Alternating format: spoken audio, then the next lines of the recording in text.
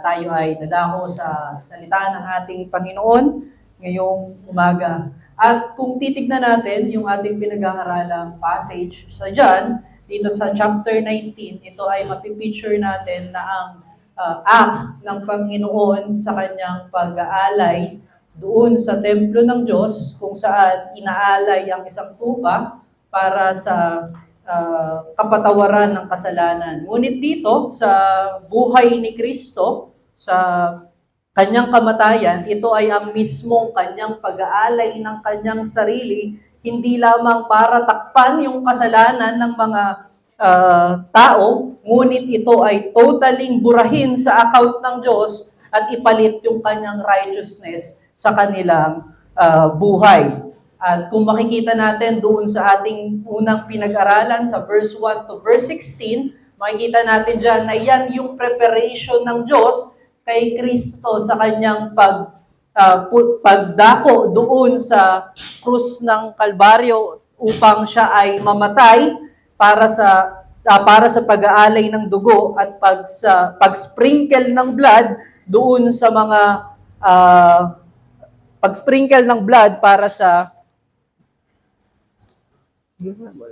pag-sprinkle ng kanyang blood para doon sa kanyang mga hinirang na tao. Doon sa verse 1, makikita natin na yung denial ng mga Hudyo at gayon din pag-deny ni Pontius Pilate ng true justice ng Diyos kay Kristo, siya ay naihanda doon o nailagay doon sa slaughtered house kung saan siya ipinrepair. At dito naman sa ating passage sa verse 16b to verse 27, ito naman yung actual death ng Lamb of God upang ialay sa Diyos yung kanyang buhay. At gayon naman doon sa verse na mga susunod, yung necessity ng death ni Christ na sprinkle naman yung kanyang blood doon sa kanyang mga hinirang o sa mga hinirang ng Diyos para sa kaligtasan. So ang ating tatalakayin ngayon ay yung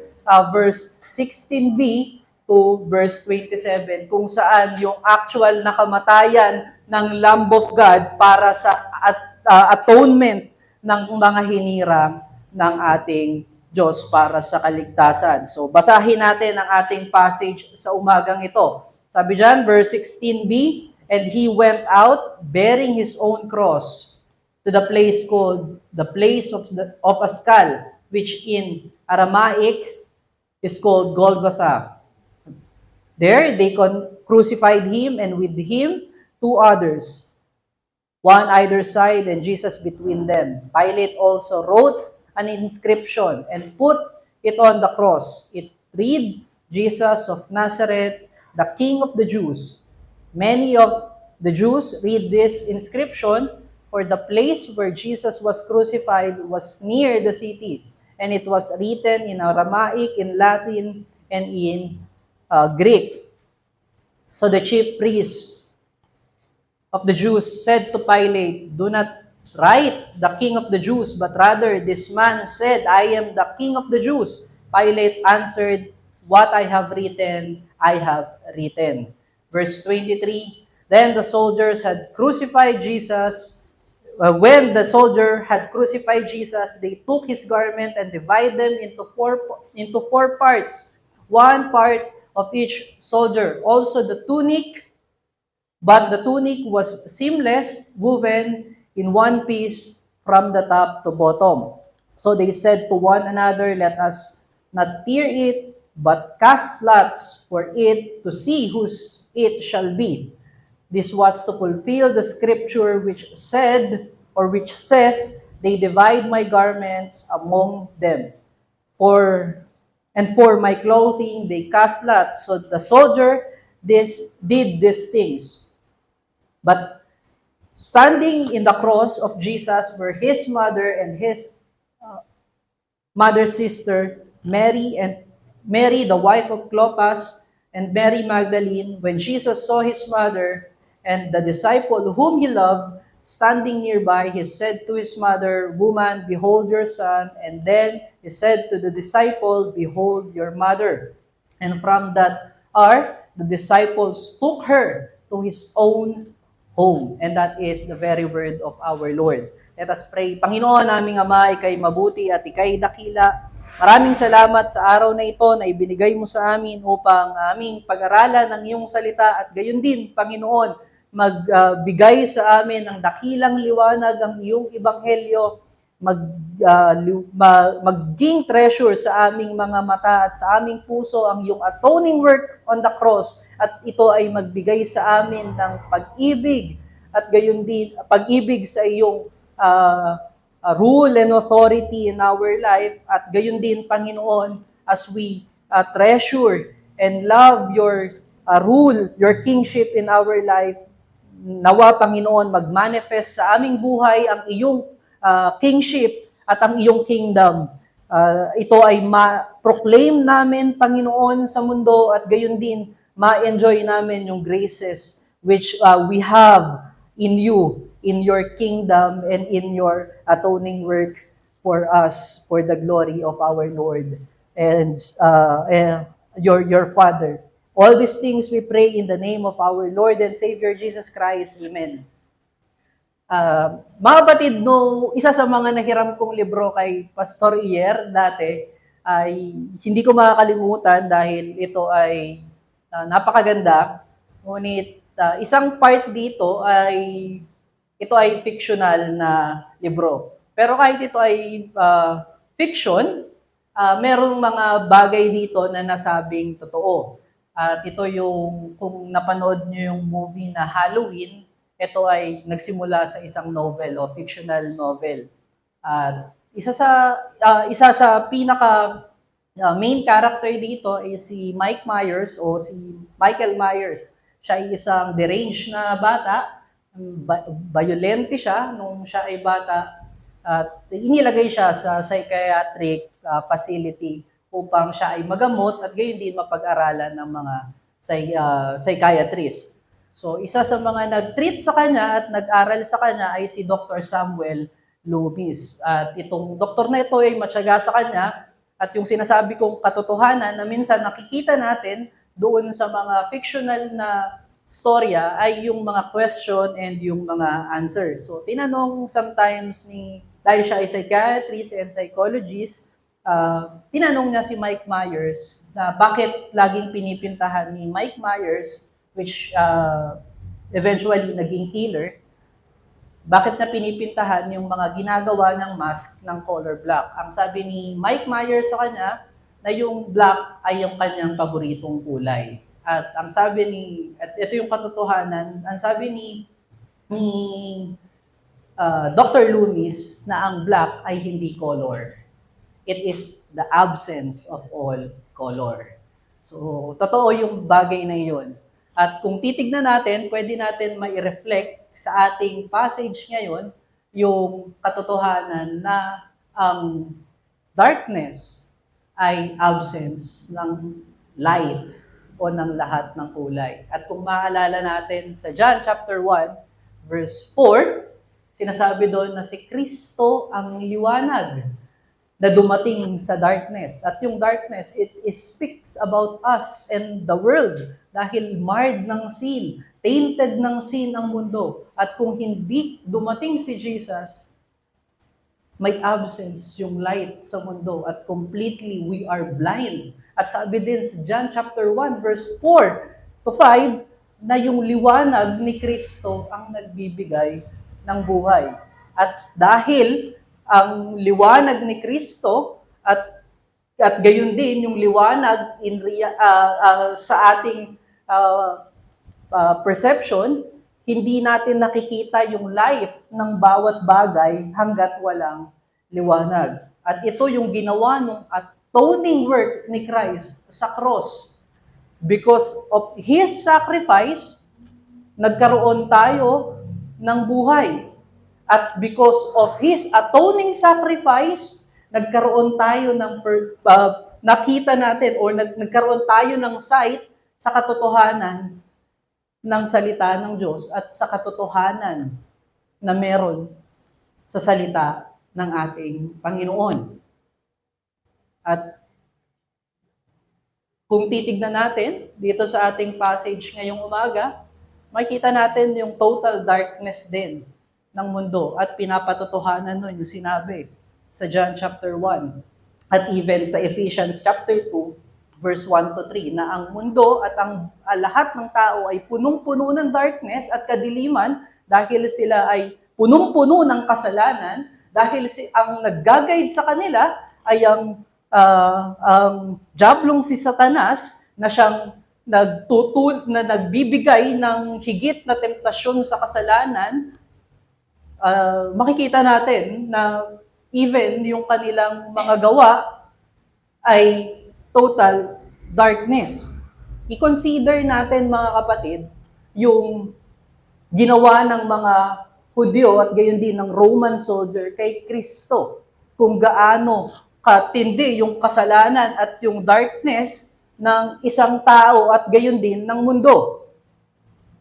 Dahil sa kapal ng boses ng karamihan, na ipako si Kristo sa krus, bagamat siya ay inosente. Marahil narinig nyo na sa mga people power yung salitang the voice of the people is the voice of God. Mali po iyon. Ang voice ng Diyos ay makikita lamang sa kanyang salita.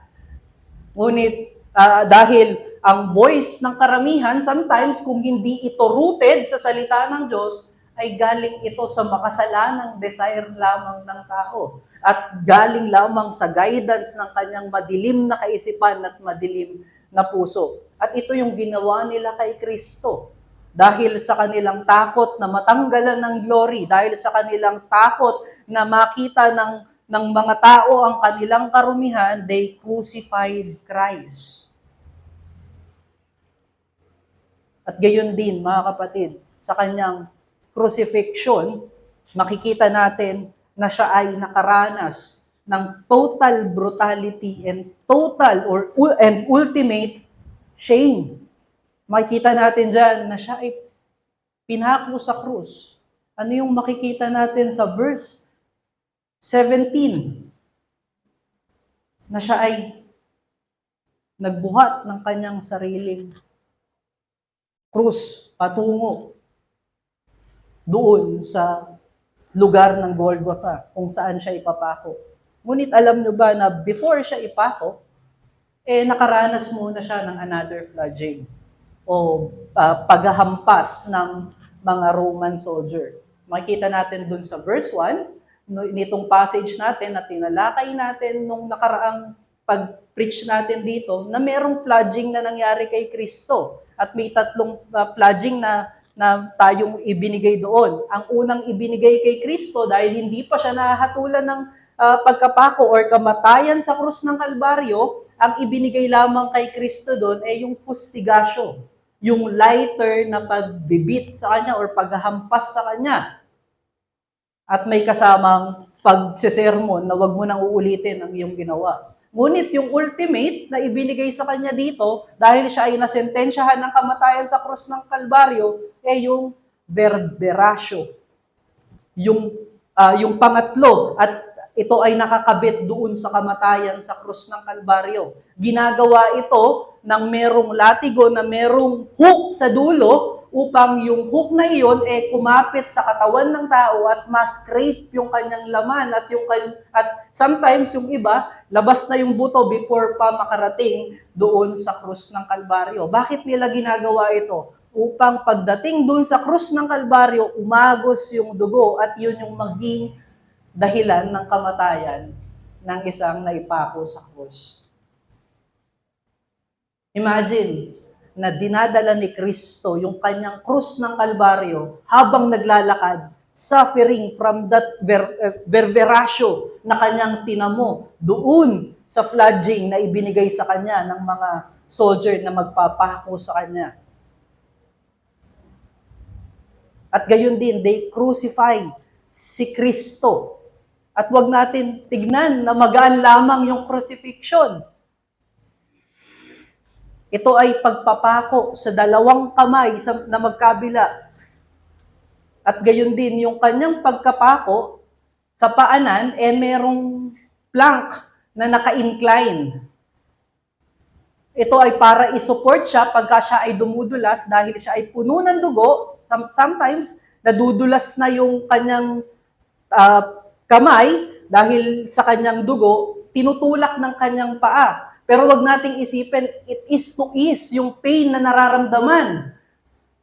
Ito ay pagpapahirap ng lalo dahil nakapako yung kanyang paa sa naka-incline na planks, nasusugat ng husto yung paanan at mas madaling dumadalo yung dugo mula sa paanan. At we know na pagka ikaw ay tinamaan or nasugat ng malalim sa paa, mas mabilis mag-drain ng dugo.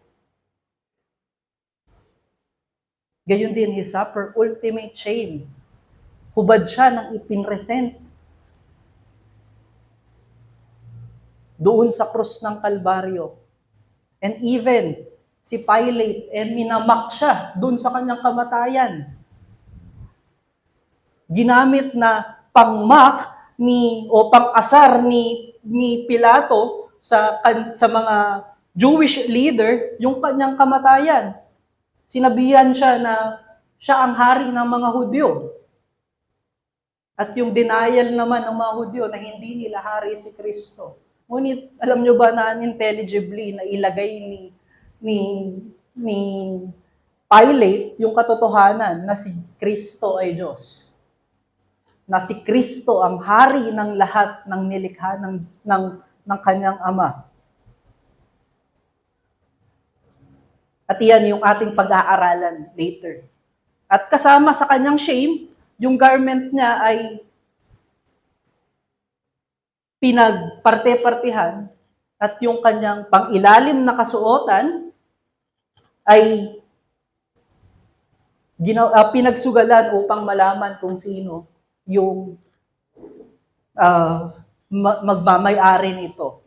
Yung mga nagpako sa kanya, yung siyang gumawa ng act na ito, at ito ay nai-account sa Psalms chapter 22, verse 18, kung saan naisulat ni David yung agony nung Savior King sa krus ng Kalbaryo, kung ano yung kanyang nararamdaman.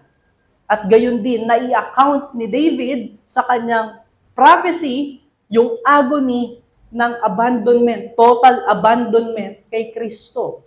Yung pagkuha nila sa kanyang garments at dun sa kanyang clothing ay pagpapakita ng total abandonment sa kanya. Tumakbo yung kanyang mga disciples at mga kaibigan. At gayon din, even yung kanyang tanging pagmamay-ari sa mundo ay kinuha sa kanya. Yun ay pagpapakita na na-abandon talaga si Kristo. And that's how dark yung moment sa krus ng Kalbaryo. Maybe, maitatanong natin, bakit hinayaan ng gracious God yung total darkness to that very day? And we can easily answer that. It is for the glory of God and for the salvation of those whom He predestined in salvation para kay Kristo. Napag-aralan natin sa providensya ng Lord at gayon din sa kanyang sovereignty na God allows. Marahil nababalikan natin sa ating kaisipan yung Romans 7 to Romans chapter 10 na sa katalinuhan ng Diyos, sa kanyang decree at sa kanyang pagiging soberano, sometimes hinahayaan niya yung darkness ng tao na mag-prevail upang ma-bring out yung good na ninanais niya. At ano yung na-bring out na good dito at liwanag dito? Na yung mga kabilang doon sa darkness na iyon ay nagkaroon ng kaligtasan. Huwag nating isipin na yung mga Roman soldier lamang yung nagpako kay Kristo sa krus, na yung mga Hudyo lamang yung sumigaw na ipako siya sa krus. Hindi lamang yung mga Hudyo yung nagtawa sa kanyang kalagayan doon sa krus ng Kalbaryo. Maging tayo, mga kapatid, Ang dahilan ng kanyang pagkapako sa krus ng Kalbaryo ay ang iyong kasalanan, ang aking kasalanan, ang kasalanan ng lahat ng tao. At in fact, kung tayo ay nandoon, huwag nating isipin na isa tayo sa umiiyak sa nangyayari kay Kristo. Looking of my own sinfulness, I am very sure that I am one of those who mock Christ. I am those who once shouted, "Crucify Him."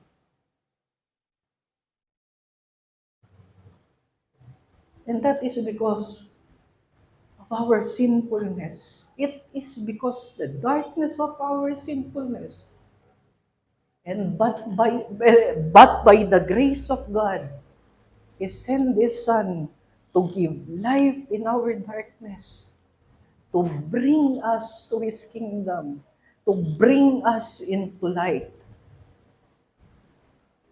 At yung act ni Kristo na iyan sa cross ng Kalbaryo, mga kapatid, ay nag-institute sa Kanya o naging inauguration niya to be King of all creation. To be King ng Kanyang iglesia. Sabi kanina sa lecture natin, na-earn ni Kristo yung pagiging priest, prophet, and also yung Kanyang kingship. Makikita natin sa passage natin na after ipakita ni John yung nangyari kay Kristo na suffering on the cross, on His death on the cross, makikita natin na binanggit niya yung pag-inscript ni Pontius Pilate kay Kristo as King of the Jew. Ito ay nangangahulugan na dahil sa kamatayan ni Kristo, yung reward niya ay to be King of all the creation of God, to be King of His church, the ruler of all things, na earn ni Kristo yung title as Mediator King. At yung Mediator King na yan, mga kapatid, yung nagdala sa iyo sa kaligtasan, yung Savior King na iyan, yung dugo niya ang naging payment so that you are accepted in the kingdom of His Father. At yan yung ating pag-aaralan ngayong umaga, mga kapatid. Una natin pwedeng i-consider dyan, Jesus is the King who rule all things in heaven and on earth. Si Kristo ang hari na siyang namumuno sa lahat ng bagay sa langit at gayon din sa sanlibutan. Yan ay dahil ito ay kanyang reward sa kanyang kamatayan sa krus ng Kalbaryo.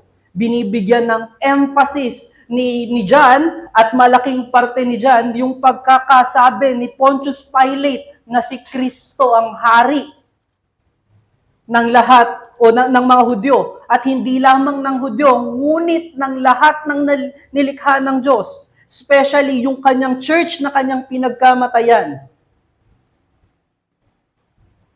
Ngunit huwag tayong mabilis mag-isip at huwag nating palampasin yung mga bagay-bagay dahil doon sa ating tinalakay sa civil magistrate sa 1689, sinasabi na ang Diyos at hindi si Kristo ang ruler ng lahat ng nilikha. O hindi si Kristo ang sovereign ruler ng lahat ng nilikha. Ano yung sinasabing kingship ni Kristo at binabangga doon sa 1689 civil magistrate? O sinasabing ang Diyos o ang triune God ang siyang sovereign ruler ng buong mundo. Yung sinasabing kingship ni Kristo dito, mga kapatid, ay mediatorial kingship. Dahil sa kanyang perfect obedience sa atoning work at gayon din sa pagpa-perfect niya ng righteousness, abiding the law perfectly. At At makikita natin yan doon sa ating New Testament scripture ngayong umaga.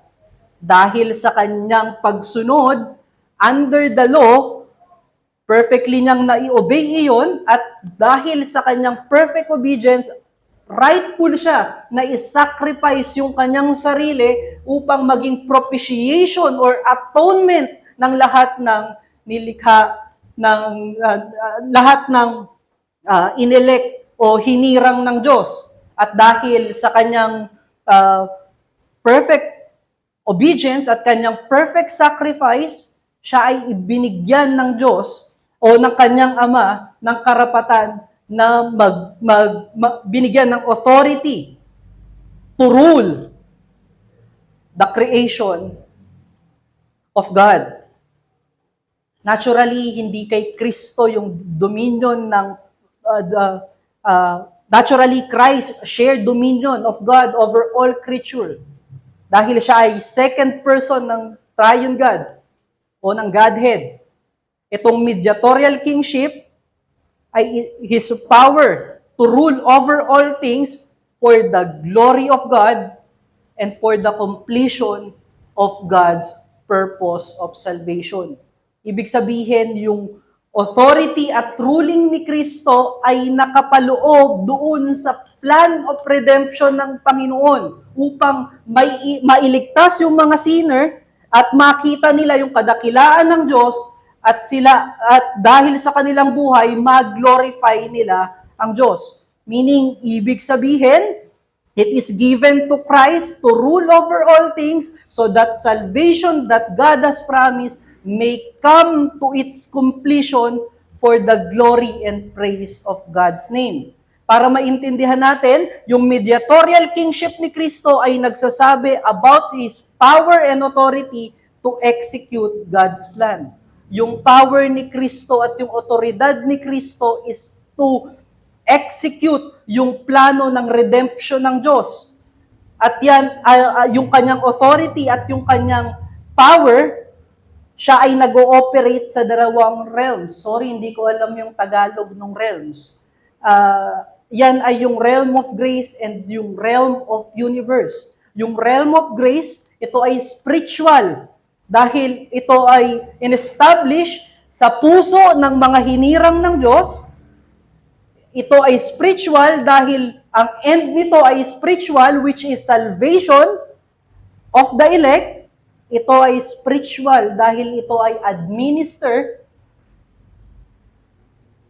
ng Holy Spirit at gayon din ng Scripture. Samantalang yung realm of universe ay yung mediatorial rule ni Kristo at authority ni Kristo to all things, na i-allow niya yung mga bagay na mangyari para sa good and benefit of His church or ng mga elect. Ibig sabihin na yung realm of universe kung saan nag-ooperate yung rule and authority ni Kristo, even itong mga taong ito ay reprobate, hinahayaan niya yung kanilang mga gawa o yung kanilang, sometimes hinahayaan niya yung kanilang mga kasalanan to bring good doon sa buhay ng mga hinirang ng Diyos. Ang pwede nating maging example dyan, mga kapatid, yung Pharaoh sa Egypt, kung saan ayaw niyang palayain sa slavery yung mga Israelites. Anong nangyari doon sa kanyang pagmamatigas ng puso? Hinayaan ng Lord na tumigas yung kanyang puso? Na-savor ng Israelites yung liberty nila from the bondage of slavery in Egypt. Natanaw nung mga nakarating sa land of promise, which is yung mga Israelites, yung kabutihan at blessedness na meron sa pamumuno ng Diyos sa kanilang buhay.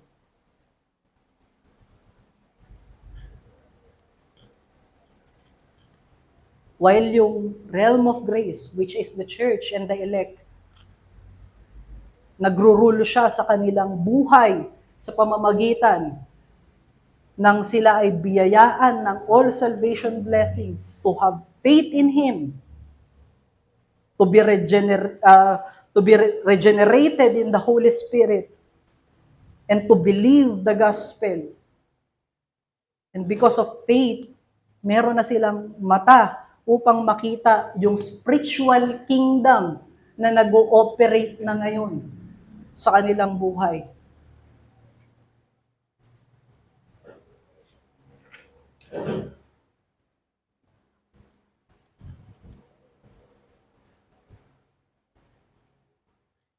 At yung kingship ni Christ, mga kapatid, ay hindi lamang nag-originate nung ibigay niya yung kanyang buhay sa krus ng Kalbaryo.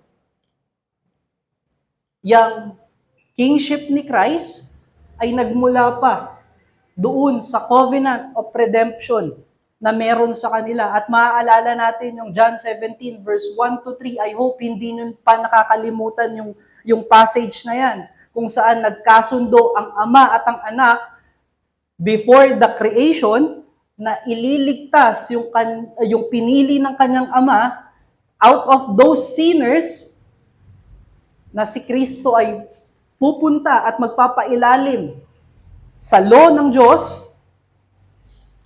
babayaran yung penalty ng sin ng mga sinner, na mga hinirang ng Diyos, at siya ay magro-rule sa kanilang buhay. At kung titignan natin yung nature ng covenant of redemption na napag-aralan natin sa chapter 17, between the Father and the Son, ang nais ni Kristo dyan at yung end nung covenant of redemption dyan is to glorify His Father by His perfect obedience and His perfect sacrifice.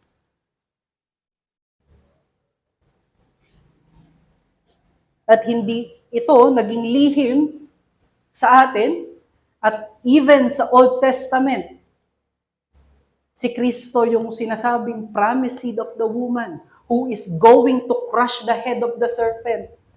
He is the promised offspring of Abraham that will bless all the nation. He is the promised offspring or promised son of David that is going to establish the eternal kingdom of God.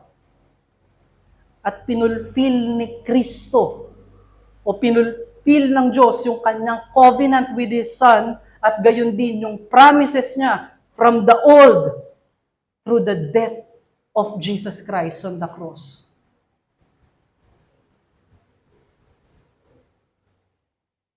At dahil na-fulfill ni Kristo yung kanilang covenant of redemption or covenant of work, yung reward ay napasa Kanya. Alam nyo bang walang effect yung atoning work ni Kristo o walang changes sa Diyos yung atoning work na ginawa ni Kristo? Pero sa person ni Christ, meron itong effect. Ang effect nun ay yung atonement na Kanyang ginawa ay nag-secure ng napakaraming reward kay Kristo. Unang-una dyan na constitute siya bilang mediator king ng lahat ng hinirang ng Diyos. Na constitute siya as life giver. And He is constituted as source of all salvation blessings. Naaalala ba natin yung covenant between God and Adam, kung saan kapag na-perfect ni Adam yung kanyang righteousness by submitting to the commandment of God, ang marireceive niya is yung eternal life. And look at the active obedience of Christ. Pinerfect niya yung law at yung commandment ng Diyos upang yung righteousness niya ay maibigay niya sa iyo. And also, because of that perfect righteousness, He is rightful to be the atoning sacrifice upang tayo ay tanggapin sa kaharian ng Diyos. Hindi lang enough, mga kapatid, na makuha natin yung righteousness ni Kristo. Ang sabi sa Hebrews chapter 6, without shedding of the blood, there's no remission of sin. Hindi tayo accepted sa kingdom ng Diyos. At para matamasa natin yung mga biyaya na tayo ay pagkalooban ni Kristo ng kanyang righteousness at matanggap sa kingdom ng Panginoon, biniyayaan na tayo ng salvation blessing. Kanina, sinabi ni Pastor Iyer na yung regeneration and calling ng Diyos ay ibinigay sa atin ng buo. At yung epekto ng pagtawag sa atin ng Diyos through the preached word o pagre-reveal ng katotohanan ng gospel ni Kristo ay pananampalataya. Kaya naman nakikita natin yung kaharian ng Diyos ay tunay. At siyang na-establish sa pamamagitan ng kamatayan ni Kristo.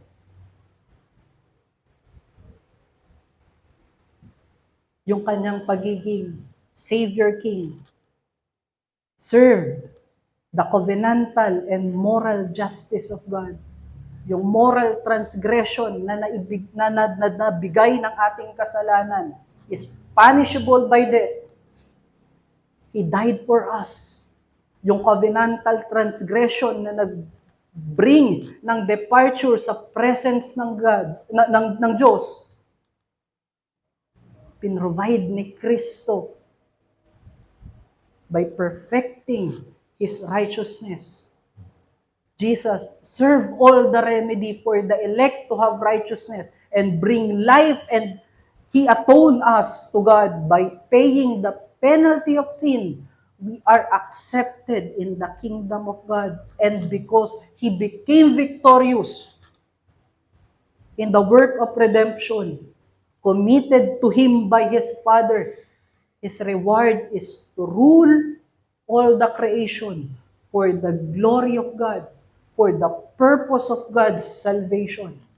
Ang makikita natin dyan, mga kapatid, the mediatorial kingship of Christ is universal truth.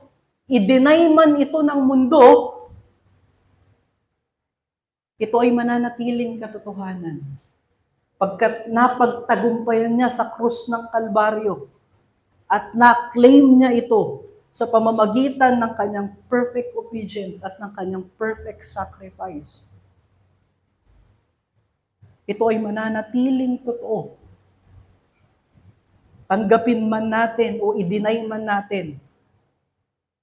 Sinasabi natin na nagro-rule siya sa universal o yung sa realm of the universe for the glory of His Father and for the benefit and good of His church. At yan ay totoo. We can see the truth in the death of Christ, that the Lord allows the darkness or allowed the darkness of sin to prevail and to serve the purpose of God. Hinayaan ng Diyos yung kasamaan ng tao upang mapako si Kristo para sa anong end? Para sa kaligtasan mo, kaligtasan ko, sa kaligtasan ng mga hinirang, at para sa kapurihan ng Diyos. Hinayaan niya yung hostility ng mga Roman soldiers. Hinayaan niya yung denial ng mga Hudyo. Hinayaan niya yung cowardness ni Pilate upang ma-atone niya yung relationship ng Diyos at gayon din ng tao. At pwede tayo ma-remind again nung Pharaoh sa Exodus. Naging nagkaroon ng purpose, yung kanyang hardening of the heart. Pwede rin natin makita itong bagay na ito sa buhay ni Joseph, also known as Joseph the Dreamer. Hinayaan ng Diyos na ibenta siya ng kanyang mga kapatid. At anong sabi niya sa Genesis chapter 50 verse 20? You meant it for evil, but God meant it for good.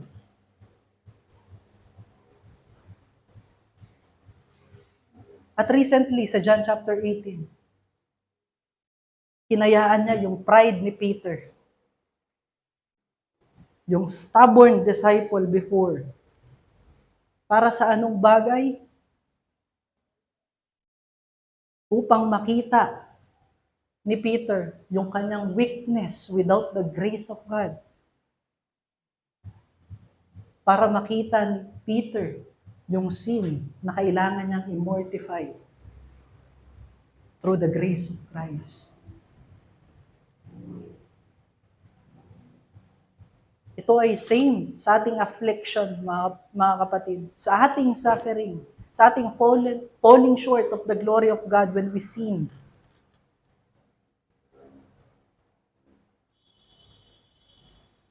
Hinahayaan ng Lord sometimes yung bagay na ito. Hindi ibig sabihin na meron tayong suffering, na meron tayong indwelling sin pa rin, kabilang na tayo sa mundo. Kung ikaw ay nananampalataya kay Kristo, yung probidensya ng Diyos na iyan sa buhay mo ay to bring good and to bring glory for the name of His Father. Suffering and prevailing sin in our life does not mean that Jesus left us in darkness. Nawa ay tumatak sa ating kaisipan na momentarily lamang ang darkness na iyan for us to magnify yung grace na meron si Kristo, for us to see our sinfulness, to see our need sa kanyang grasya palagi. For us to be conformed sa imahe ni Kristo. At kung tayo ay nasa gitna ng momentary darkness na ito, we must have the heart to run towards Christ, to beg for His mercy and grace, that He might deliver us from our situation, to produce good in us, by shining His holiness and righteousness in our lives. Huwag tayong tumakbo sa alternatives ng mundo. Tumakbo tayo kay Kristo, who is the ruler of all, who is the King of all, who begin a good works in your life.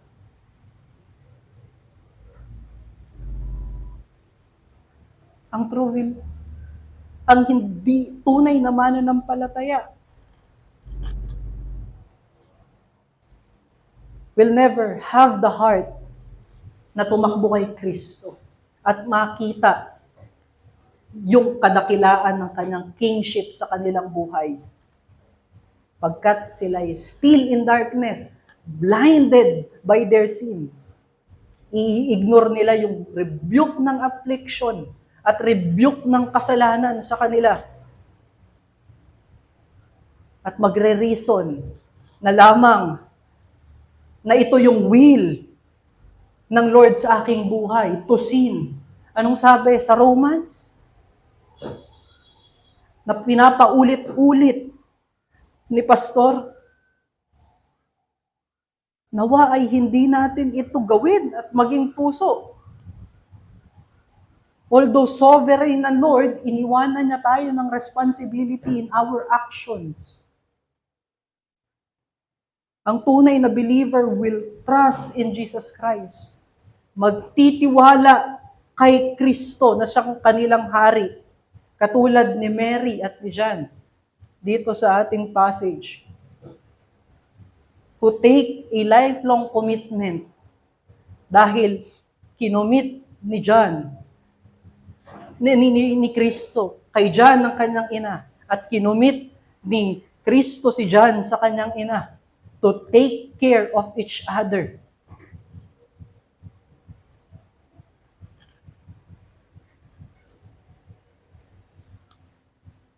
Bakit sila nagtiwala kay Kristo?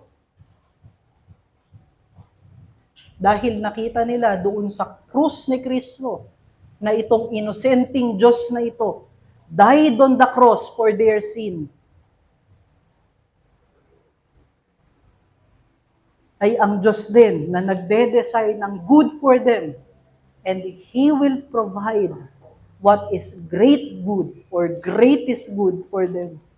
Nagtitiwala sila doon sa kanyang kautusan na take care of each other.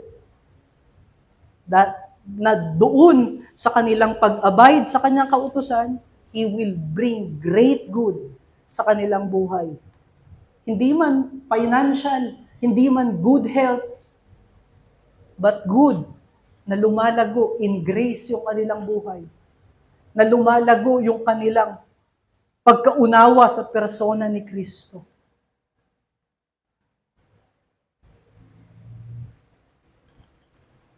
Sinasabi natin, mga kapatid, na yung tunay na mananampalataya at tunay na kabilang sa hinirang ng Diyos at may pananampalataya in the midst ng suffering, in the midst ng falling short sa glory ng Diyos dahil sa kasalanan,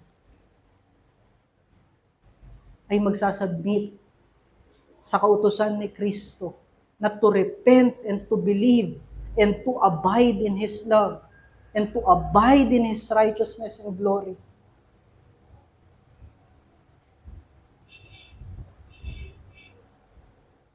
That we come to Him for repentance of sin and for the supplication of our needs. Hindi tatakbo sa alternatives na sinasabi ng mundo. Pagkos tatakbo sa krus ni Kristo, tatakbo doon sa haring na matay sa krus ng Kalbaryo para sa kanila, para sa guidance ng kanilang buhay. Magtitiwala sa probidensya ng kanilang hari para sa kanilang buhay. Yun at ang ating pinupunto dyan, the King who rules our life will surely bring good in us for the glory of God. Si Kristo na ating hari na siyang namumuno o nag-govern sa ating buhay ay magdadala ng great good o dakilang mabuti sa ating buhay para sa kapurihan ng Diyos.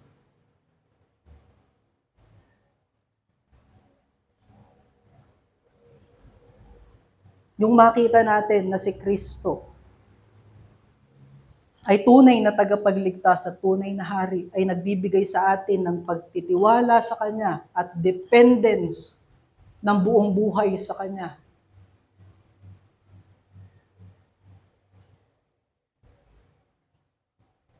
At pagka ina-adore natin o tinetreasure natin yung grasya ni Kristo sa ating puso, ito ay magmamanifest sa ating buhay.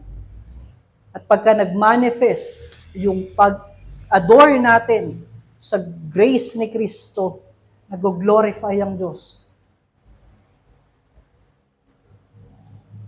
Hindi tinatanggap ng Diyos ang blind faith, mga kapatid.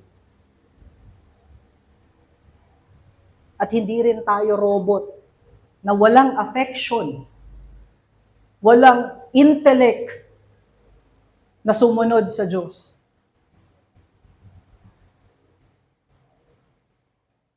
Ipinapakita niya sometimes yung darkness na meron sa ating buhay upang ma-appreciate natin yung liwanag na meron sa Kanya. Pinapadala niya tayo sometimes sa suffering upang ma-identify natin kung saan naka-align yung ating heart. And that how Christ rule in our life.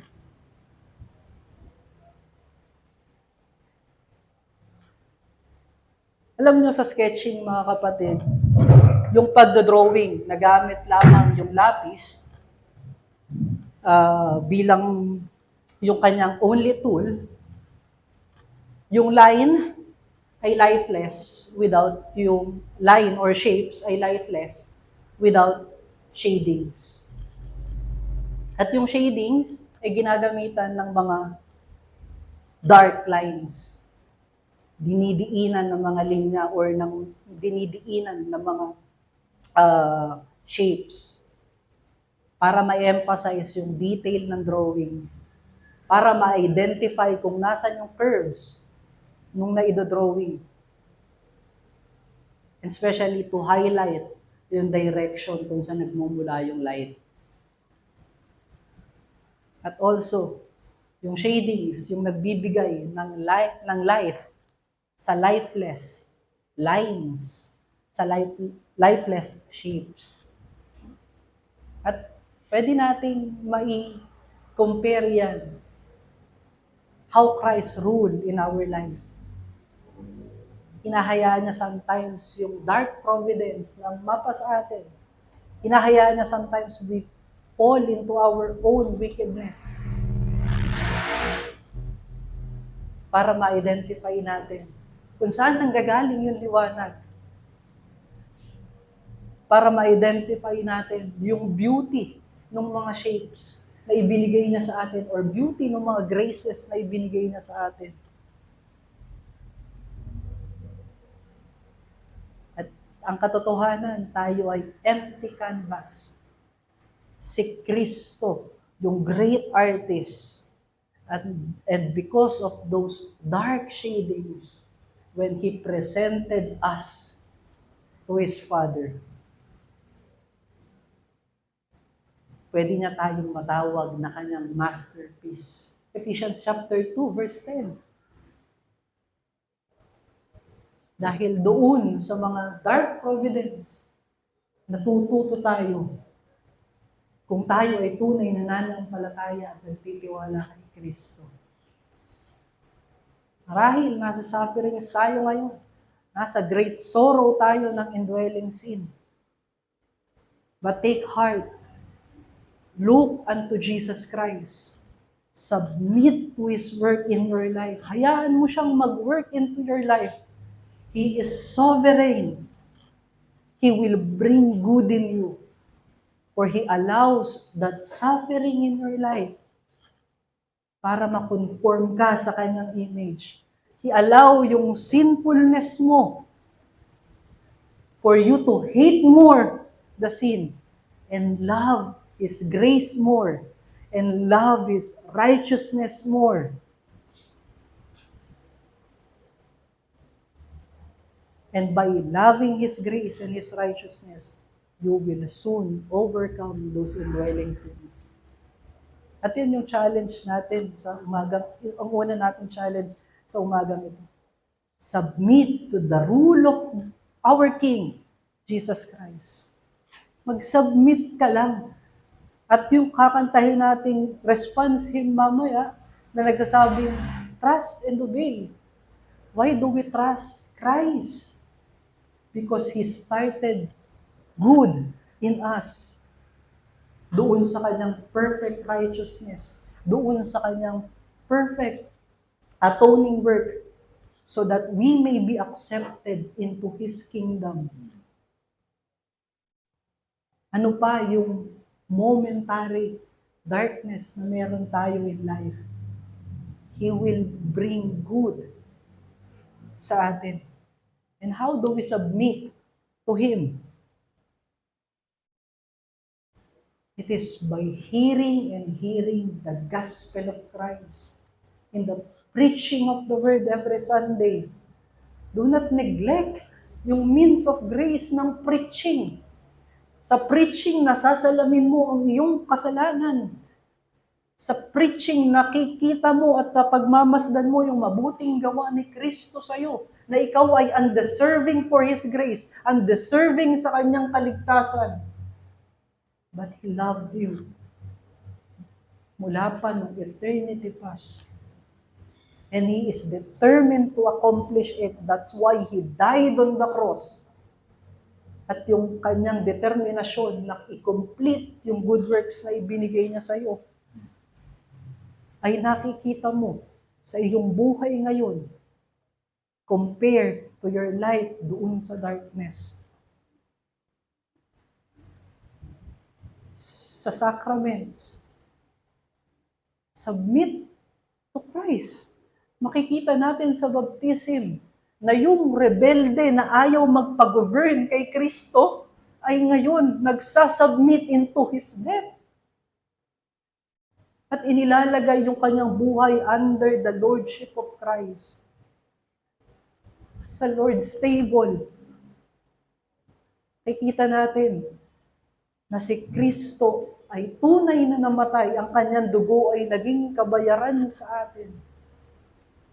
Yung kanyang katawan na ibinigay niya sa atin. How much yung mortification of sin that will bring good to us. A fellowship, our fellow believers who remind us of the greatness of God. And that leads us to our second point. Jesus takes us to His kingdom. Hindi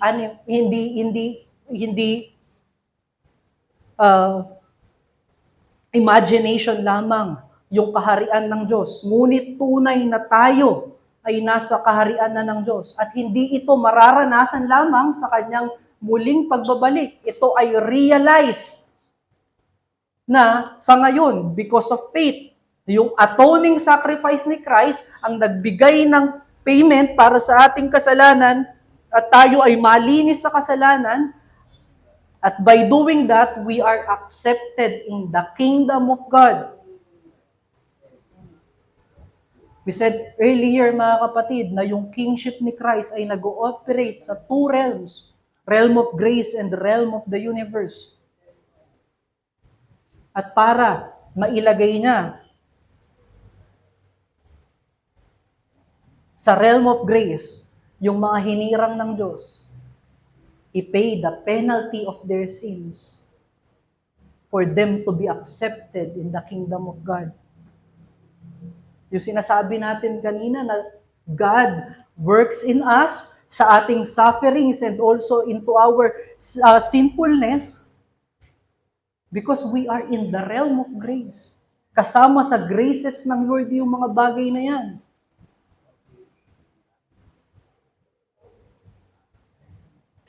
At dahil sa atoning work ni Kristo, He became the source of all salvation blessing that is needed of His people. Ang una sa mga bagay na yan ay yung pananampalataya, yung eye to perceive spiritual truth. That is why we see the majesty of Christ in His death on the cross. Anong tawag ng mundo sa kamatayan ni Kristo? Ito ay kahibangan. Ito ay kahiya-hiya. Ngunit para sa mata ng pananampalataya, it is the power of God to save.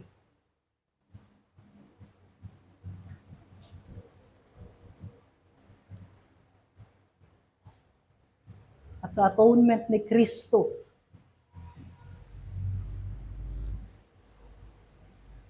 sinabi natin kanina na walang change sa triune God or walang effect sa being ng Diyos, yung atonement ni Kristo. Ang tanging effect at change na meron, na nangyari sa Diyos, sa atonement ni Kristo, ay yung kanyang relationship with the sinner. Kung saan inaccept niya na sa kanyang kingdom yung kanyang mga kaaway dahil sa sacrificial atonement ni Kristo. Hebrews 9, chapter 15, verse 22. Ating binasa yan, last preaching natin dito sa John. Kaya tayo ay citizen na ng kaharian, tayo ay kaharian ng Diyos dahil sa kamatayan ni Kristo. At knowing na citizen tayo ng kaharian ng Diyos, ini-enjoy na natin lahat ng blessing na natamasa ni Kristo sa kanyang kamatayan. Isa dyan ay yung makita yung katotohanan ng Diyos through faith. Ine-enjoy na natin yung graces na meron tayo in life because of Christ. Consider natin si John. How many times na nirecall niya sa lahat ng makakabasa nitong gospel yung fulfillment ng promise ng Diyos sa person ni Christ, sa kanyang kamatayan. Pinapaulit-ulit ni John ito dahil nakita niya na yung pangako sa Old Testament nangyari kay Kristo. Tunay na merong hari at tunay na merong kaharian ng Diyos. Tignan natin si Mary. Sa pag-submit niya sa commandment ni Kristo na i-take na si John as his son. He submit hindi sa virtue ng kanilang filial relationship. Nag-abide siya kay Kristo dahil sa pananampalataya. And that is enjoying graces in our life. Naalala niya yung sinabi ng angel sa Matthew chapter 1, verse 21 sa kanyang husband na si Joseph, na si Jesus Christ will save His people from their sin. At iyon yung napagmasdan ni Mary in this time, in this point of time,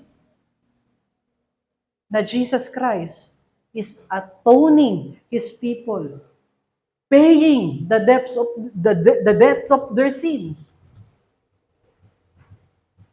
Nakikita nila dito yung innocent Lamb of God hanging on the cross.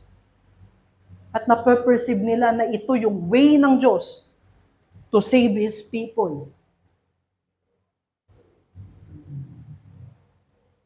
At dahil sa ibinigay na pananampalataya that enables him to perceive the truth of God, siya ay nagkakaroon ng kakayanan na maniwala sa commandment ng Diyos at magpasailalim sa kanyang governance.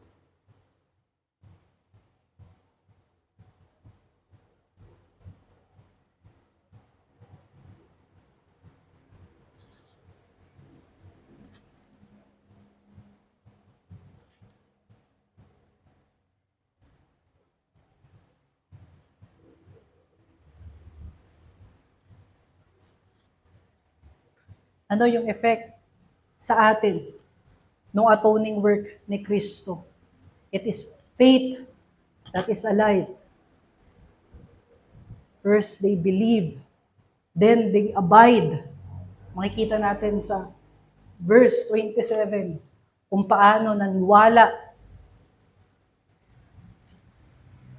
si John at si Mary doon sa commission ni Kristo sa kanila. They perceive that their Savior King is willing to do good para sa kanila, is willing to save them, and He is willing to do good sa kanilang buhay. Compare it to natural man na siyang tumitingin kay Kristo. Anong ginagawa nila? Sa pagtingin nila doon sa krus ni Kristo, they mock God. They perceive na si Kristo ay failure. Tinitignan nila na si Kristo ay talunan.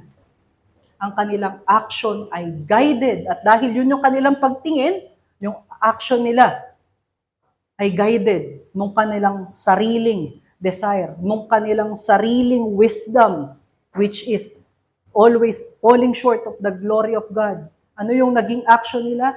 They crucify Him. They beat Him, they mock Him, and also they despise Him. Without the atoning work of Christ, tayo ay katulad din nila. Katulad din ng mga walang pananampalataya na patuloy na dinedenay si Kristo, na patuloy na minamak yung krus ni Kristo, dinedespise yung persona ni Kristo. Ano yung pwede nating makita dyan? Because of the atoning work of Jesus Christ, we enjoy the blessedness of God. Hindi ba biyaya sa'yo yung pananampalataya? na ngayon ay meron ka ng pandidiri sa kasalanan at may pagmamahal ka na sa kalwalhatian at gayon din sa kabanalan ng Diyos? Do you ever consider the great manifestation of God's work in your life? Kung paano siya mag-operate in our inner man, paano nagma-manifest yung kanyang kingdom in our lives. Hindi mo ba nakikita kung paano minamagnify ng Diyos yung kanyang holiness at righteousness sa ating buhay?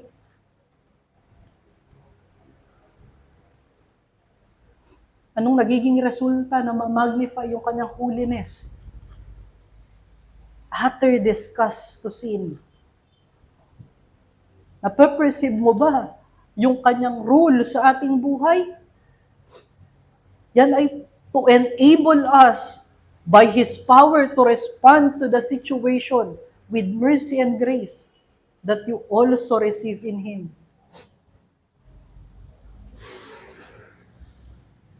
Di mo ba napapansin na sometimes na gusto mo nang mag-retaliate with same hostility sa mundo, pero ikaw ay guided ng mercy and grace ng Diyos?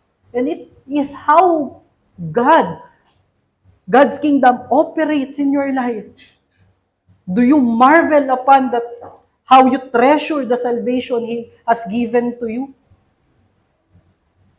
Ikaw ba ay namamangha kung paano niya ginawang treasure yung salvation sa iyong puso? Yan ay graces ng Diyos. And yan ay kanyang work sa iyong buhay. We work our salvation with fear and trembling. For it is God who is working on us. Philippians chapter 2 verse 12 to 13. Yan ay manifestation ng kingdom ng Diyos. Yan ay grace ng Diyos na growing in your life. Yan ay graces na meron ang lahat na kabilang at tinanggap niya sa kanyang kaharian dahil sa atoning work o pag-atone ni Kristo sa atin sa kanyang Ama.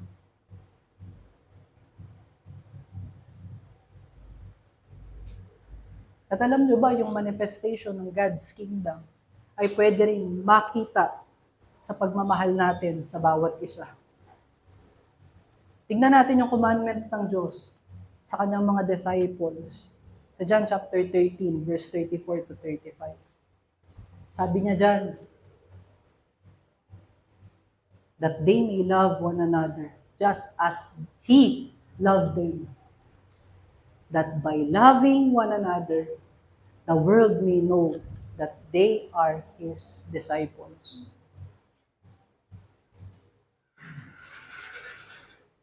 Minahal sila ni Kristo. Paano sila minahal ni Kristo? By revealing the will of His Father to His disciples. He leads them to the truth of the Scriptures. He leads them to holiness. And also, He gave His life to them. At tingnan natin yung commission ng Lord kay John at kay Mary. That they take care of each other. And they abide to the commission of the Lord. The church and its member are the people that God entrusted to you. He also commissioned us to love one another, to take care of each other sa buong buhay natin.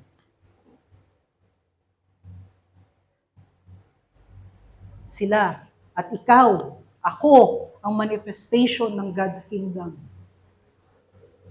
Love each other as Christ loved us. Lead them to Christ. Lead them to holiness of God. Lead them to the truth of the gospel. Even sacrifice your life and your rights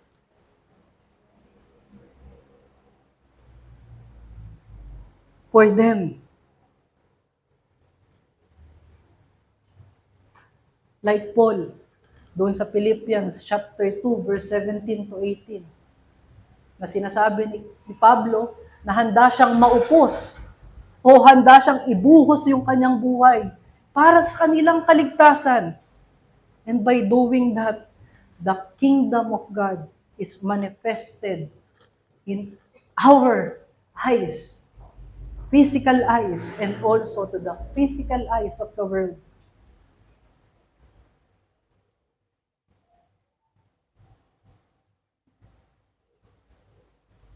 At huwag tayong magreklamo na nakakapagod naman pala yung commission ng Lord. Hindi lamang ito rule of life, mga kapatid, para sa mga belong sa kingdom ng Diyos. Ngunit ito din ay blessedness ng Diyos na tayo ay maging parte ng kanyang kingdom at magamit natin, ma-exercise natin yung mga graces na kanyang na-claim at ibinigay sa iyo sa kanyang kamatayan. Ang ating pinupunto dyan, the blessedness of the kingdom of God is manifested in the life of God's people. Huwag kang mag-grumble, mga kapatid, at mag-murmur sa mga responsibilidad at trabaho na ikinomission sa iyo ng ating Savior King. Dahil kung nadedelay tayo sa gawa ni Kristo sa ating kaligtasan, we will also be captivated nung gawa ni Kristo para sa ating kaligtasan. Paano tayo nagiging captivated? By being conformed sa kanyang mercy, sa kanyang grace, and even sa kanyang work. Ang katotohanan,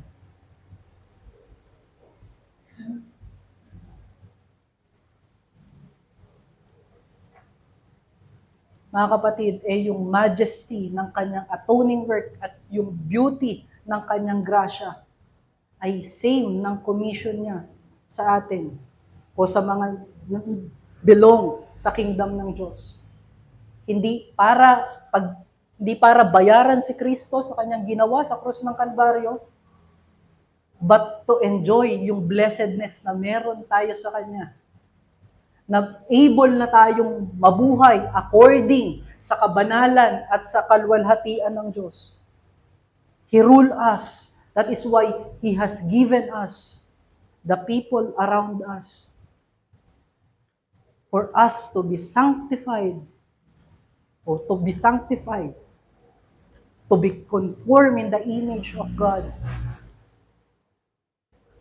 and to use all the graces He bestowed on us. Huwag kang mag-give up sa iyong mga kapatid kung sila ay feeling mo matigas yung ulo o paulit-ulit na lamang. Huwag mong maramdaman na ikaw ay mag-isa sa paggawa mo sa loob ng iglesia. Do not think that you are abused dahil sa iyong diligence. Gamitin mo yung graces na ibinigay ni Kristo na kanyang napagtagumpayan sa krus ng Kalbaryo. Be grateful na meron kang chance na gamitin yung mga blessedness na meron ka kay Kristo. Nakikita mo na yung pagsunod sa Diyos ay merong dapat pag-ibig sa Kanya. Nakikita mo yung paglilingkod sa iyong kapwa ay dapat may pag-ibig sa Diyos, first and foremost. Yan ang iyong gawin. Huwag mong sukuan yung kinomission sa iyong gawa, kinomission sa iyong mga tao. At sa bagay na ito, mga kapatid, sa pagsuko sa bawat kinakaharap natin sa buhay at gayon din sa mga dapat nating gawin sa buhay, naalala ko si Hiro Onoda, kung saan binabasa ko yung naisulat ni Pastor Brian Ellis at nabanggit siya. Siya yung huling Japanese soldier na natagpuan dito sa Pilipinas. 26 years before siyang nakauwi. sa Japan muli.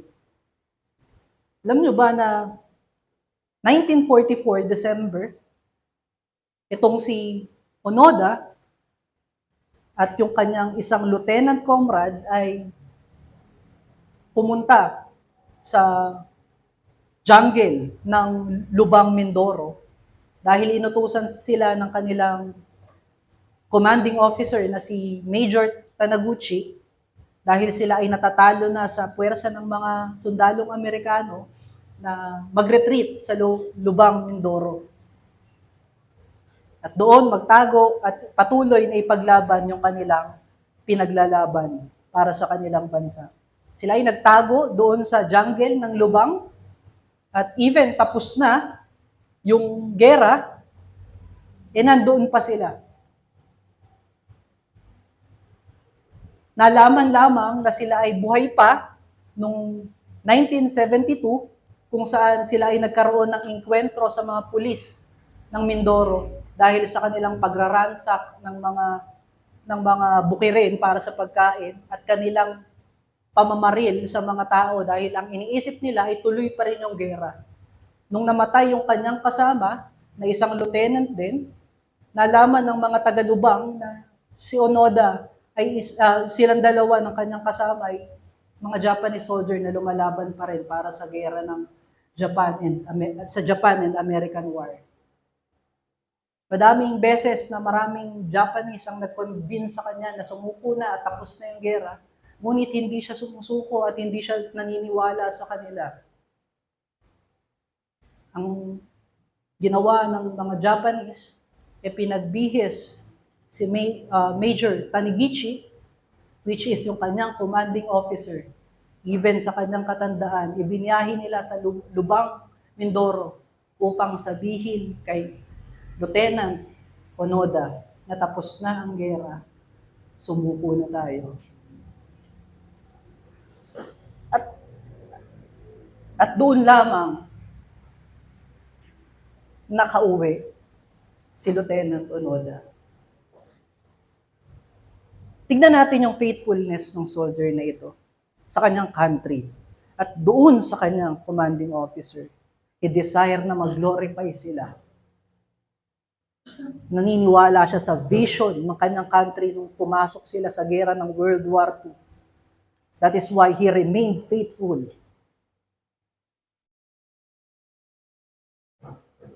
At nawa, masurpass natin yung kind ng faithfulness na ito. For our King is more glorious.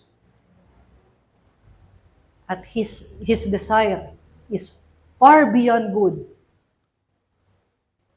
sa promise ng mga leaders ng mundong ito. His kingdom is greater and eternal. May we be faithful to the King who saved us. That when we work for any matters of the church, may we have the heart that we do it for the glory of God, for our King. And when we serve our brethren, may we do it with love of Christ that enable us to be compassionate towards others.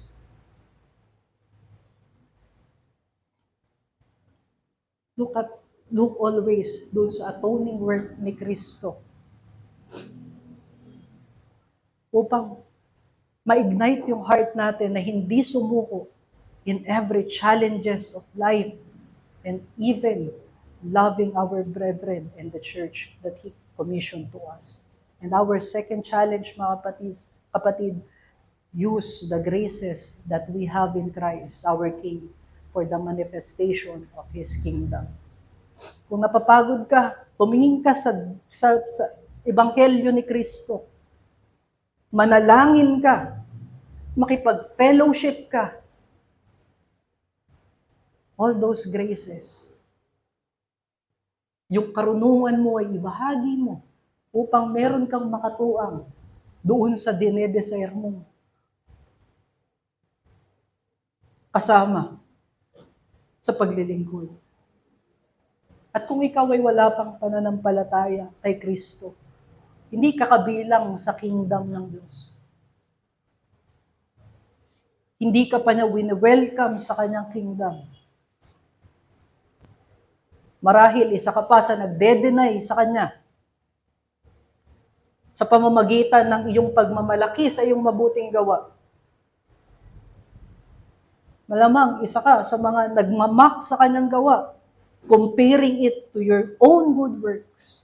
Ngunit hindi ka masasalba niyan, kapatid. Yan ay patuloy na darkness.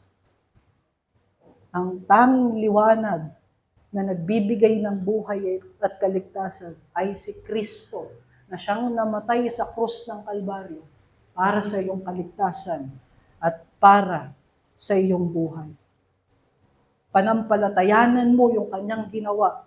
Panampalatayanan mo na ikaw ay inibig niya at magsisi ka sa iyong kasalanan kung saan dahilan kaya siya napako sa krus ng Kalbaryo. At sa aking pagtatapos, mga kapatid, sabi natin kanina, hindi tayo mga robot. With full-hearted, we treasure the grace of God. And that is it, the true faith. Hindi yung susunod na lang tayo dahil objective truth ito. Ngunit merong dama sa puso. Yung epekto ng liwanag sa ating buhay, hindi na tayo heart of stone, katulad ng sinabi sa Ezekiel chapter 36. We have the heart of flesh. We experience yung love ng Diyos, comparing our life that we govern for so many years dun sa rest na meron sa biyaya ni Kristo. Nawa ay maintindihan natin ng higit yung beauty ng gospel at ito ay magbunga na tayo ay magkaroon ng kasayahan sa pamumuhay under sa rule ni Kristo na siyang ating hari at siyang nagdala sa atin sa kaharian ng Diyos. Let us pray. Panginoon, aming Ama, ika'y mabuti, ika'y dakila, tunay na napakabuti ng iyong grasya, that you take us, Panginoon, from darkness to light, that you now rule in our heart. Because if we rule